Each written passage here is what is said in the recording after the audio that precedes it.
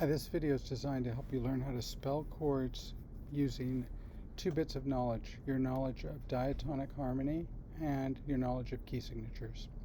So let's start with the diatonic harmony. We know that in a major key, if we spell out 7th chords and harmonize the scale with by building 7th chords on each scale degree, we get the following chords: a 1 major 7 chord, a 2 minor 7 chord, a 3 minor 7 chord, 4 major 7, 5 dominant 7, 6 minor 7, and 7 minor 7 flat 5. This is what those chords are specifically in the key of C, right? All right, now let's go and look at our first chord that we're going to try to spell. We'll start with this G minor 7.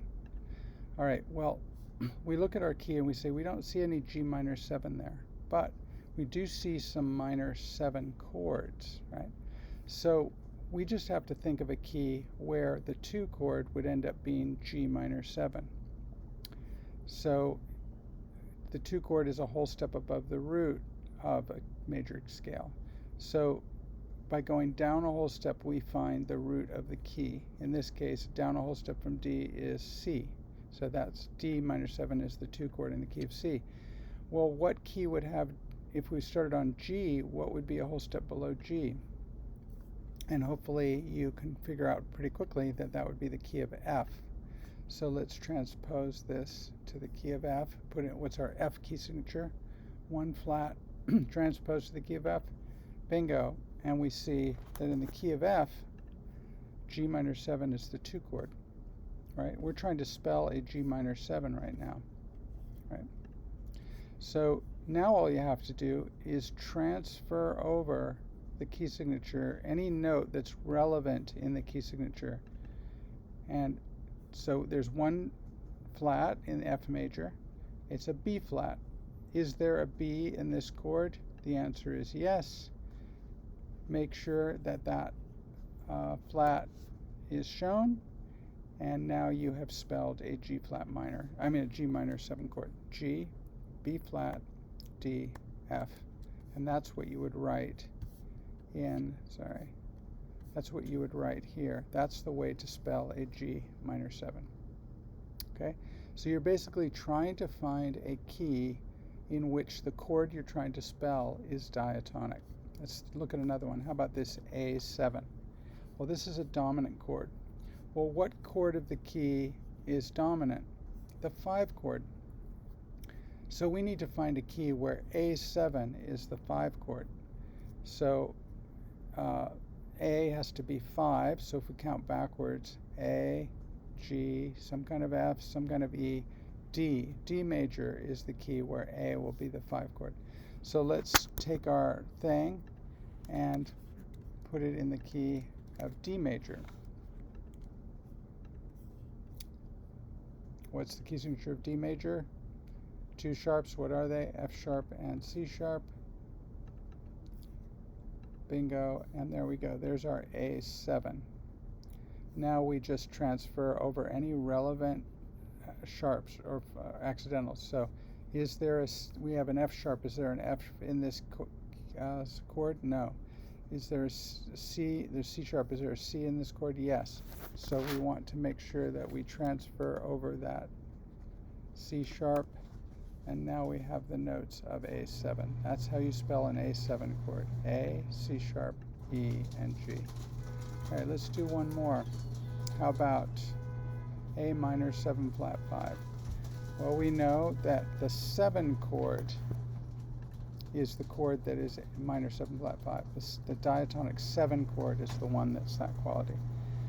And the other thing we know about the 7 is that it's 1/2 step below the root of the key.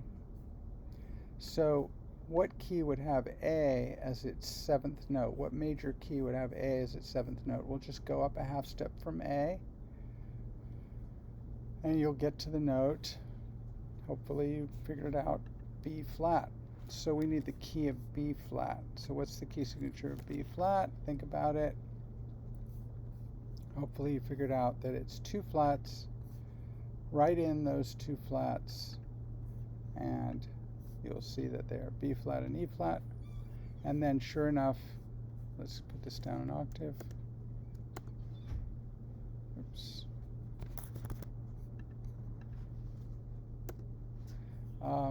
And sure enough, there's our A minor 7 flat 5, and then all we have to do is transfer over any relevant flats. Is there a B in this chord? No, so that B flat is irrelevant. Is there an E in this chord? Yes, so that E flat must be written in. And there's your spelling of A minor 7 flat 5. A, C, E flat, and G, and that's what you write there. The final one I'll mention, final thing I'll mention is that some of these chords are what we call inverted. So all you do with that is you start, I think we all know how to spell a C major 7. There it is. So all you do, because it says C major 7 over E, is you just simply invert it so that the E is the lowest note. There you go. That's C major 7 over E. Sus4, what's a sus4 chord? A sus4 chord is a dominant chord, but with a 4 instead of a 3. So you take the chord, you figure out what it would be with the normal E7. So what chord has E as, it's the 5 chord, right? So what key has E as its 5th note? Count backwards. E, before E is D, before D is C, before C is B, before B is A. I'm sorry, yeah, it is A. So the key of A has E as its 5th note. So we need the key of A major. So I'll grab one of these and I'm going to turn it into the key of A major. What is the key signature of A major? Hopefully you remembered. It is 3 sharps. And there's my E7 chord.